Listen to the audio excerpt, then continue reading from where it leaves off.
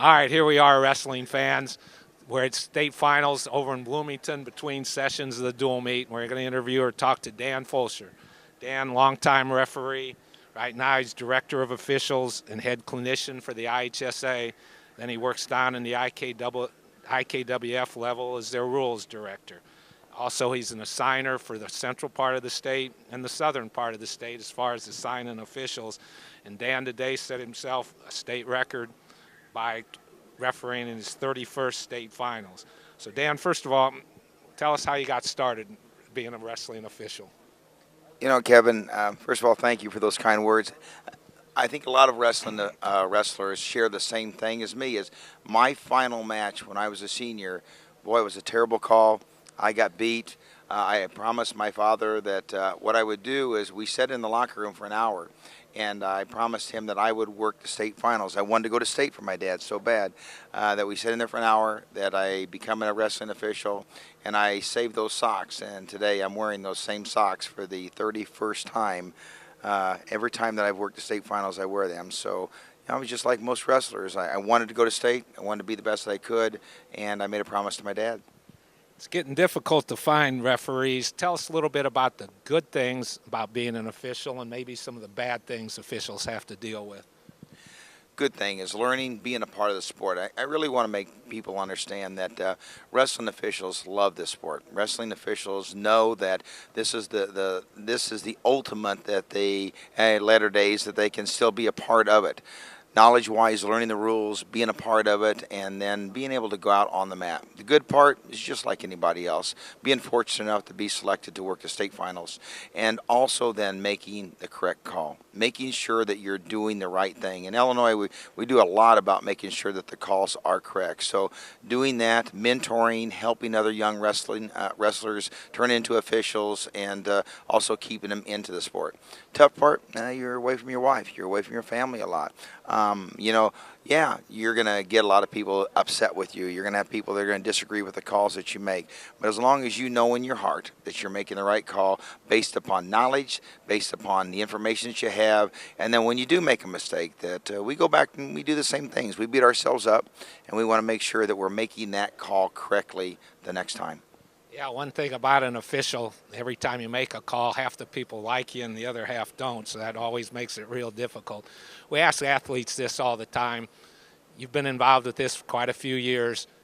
Can you name one or maybe two highlights of your career, things you look back and say, gee, this thing really stands out in my mind? I got to tell you, there's probably 3 times that just was wow. I had no idea at the time Reggie Wright, Tony Davis match I was to do, and I remember them saying, everybody patting me on the back and saying, wow, because we have ratings of how you're going to do what matches when you're at the state, and what a phenomenal match, the Reggie Wright, Tony Davis match. Matter of fact, the tape that come from that is one that Fran and I had, and we forwarded to you so that you had that one. Then I also did the Cabasa Robinson match last year, and it was what a phenomenal time between 2 outstanding wrestlers. Getting to know the families was phenomenal at the same time. And then Munster, I did 2 out of the 3 of his state final matches. And when he was on ESPN magazine, he went ahead and sent me a copy of that magazine to let me know how we'd shared our lives together as being an official on 2 of those 3 state championship matches. So as an official, those were highlights of my career. We're running into a situation now where a lot of our better referees or officials are getting a little older. Next few years, they're going to retire. I'm sure you've thought about retirement as far as setting your plans. Try and convince me, if I was a young person, convince me to become a referee, because it's not sometimes real enjoyable for somebody to get started.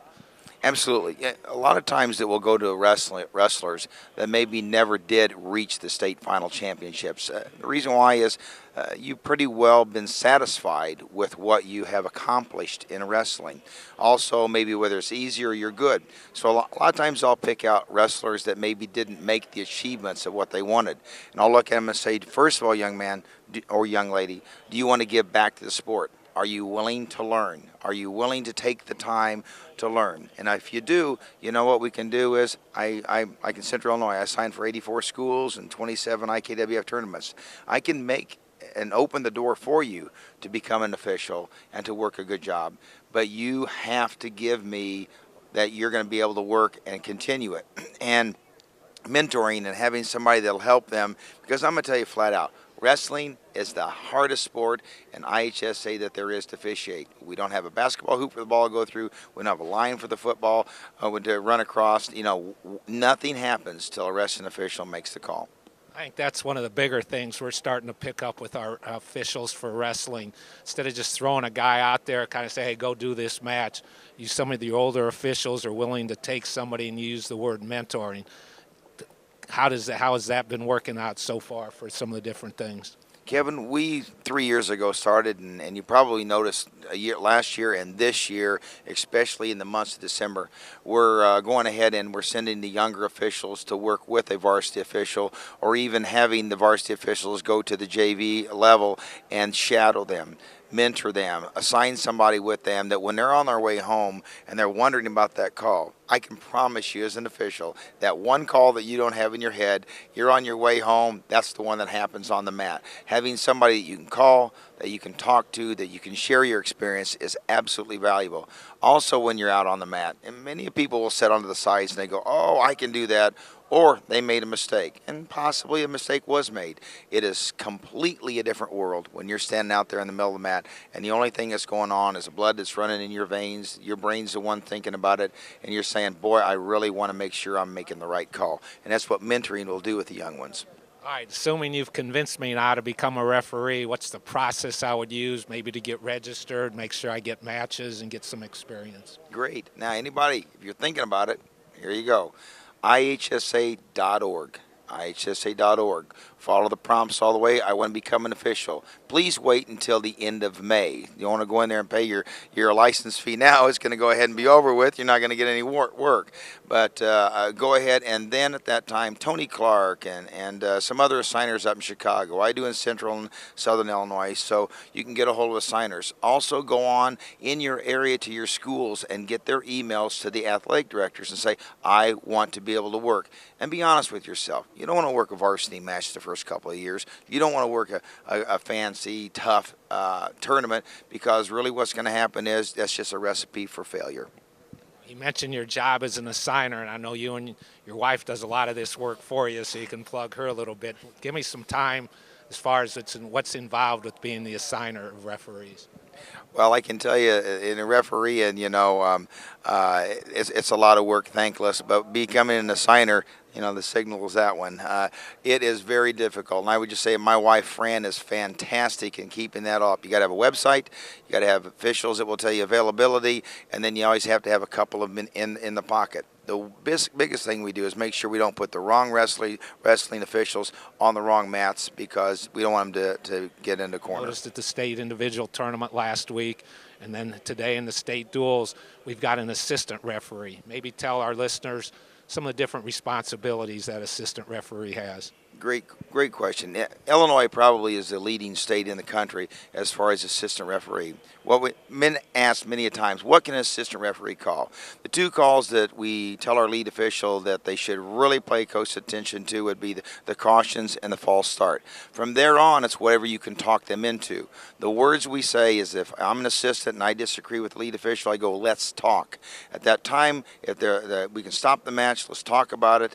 We also tell our officials on the tough out-of-bounds call, on the tough end-of-the-period call, on the tough calls that you've got, sound the whistle. You can confer with your assistant and come up. Even if you're 99% sure, confer with your assistant and then go ahead and make the call. We want our assistants to be active, because you know what? What we found out is most of the time the assistants watching the match, they're relaxed more, they got a more visual of it, and the assistant referee is usually right just about 95% of the time. So it's whatever the assistant can talk them into. Also, a lot of times when the buzzer goes off or the end of the period, the assistant and the lead official at that time will confer. They're replaying it back in their mind. What's going on? How is that going on? And then they make the call. So in Illinois, it is really phenomenal what we do. The assistant's got to say 180 when they're on the mat wrestling. We close down when we want to talk to each other. Again, you mentioned earlier that wrestling's the most difficult sport to referee simply because there's so much judgment involved. I assume most officials know the rules and so on, but a lot of times it's how you interpret those particular rules. I don't know, one thing that a lot of fans question sometimes is stalling. Each official has their own opinion as far as what is stalling. Maybe go through it to finish this off and tell us some of the different things as far as judgment that you think are tough calls for an official. Absolutely. And stalling, I'll let you know, without a doubt, stalling is judgment call. In the neutral position, we look for who's going forward, who's going back, who's playing the line, who's shooting. Without a doubt, that's going to be an area. In offensive and defensive position, is the wrestler's rear end, shoulders, or head coming up? That's what we're looking at defensively. And offensively, is that person actually, once you've got the bar arm, the half Nelson, the cradle, or a pinning combination, are they coming off the hips trying to turn them? The biggest thing that we have implemented in the last 3 years is who's initiating, who's reacting. Another thing that you can do if you're close to the match, your coaches, listen to what the official is telling the wrestlers. Action wrestlers, stay in the center, work. They're not going to say red or green. We think that you're stalling. We're going to say action, center, stay in the middle. And those are words that we're telling you. Toughest calls, without a doubt, flee in the mat. Illegal holds, unnecessary roughness, and the line calls. I mean, especially with our wonderful rule that we have this year for in and out of bounds with the positions and the supporting parts. Actually, hands now can be out of bounds. Elbows can be out of bounds, and it's very difficult at that time to be a snapshot to do them. I'm going to tell you something, Kevin. Without a doubt, wrestling officials love this sport just as much as coaches, wrestlers, and fans that want to do the best. I wish that we had video. I wish that we had times that you could come back and throw it out there like the Big Ten and we could go out there and video it and look at it.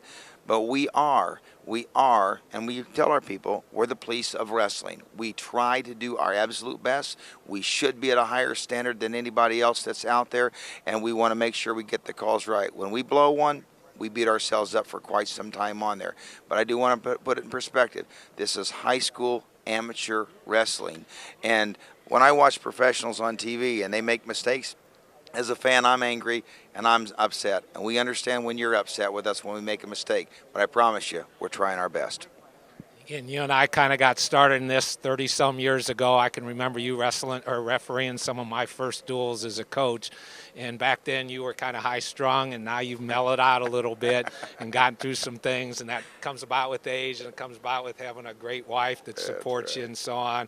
So we're going to miss you quite a bit in the next few years, assuming you ever do decide to retire. I know you're active with the Coaches and Officials Association that Illinois Matmen's working on various things with, and hopefully stay involved with those types of things. It's been a great run for you, and we've really enjoyed working with you during the course of time.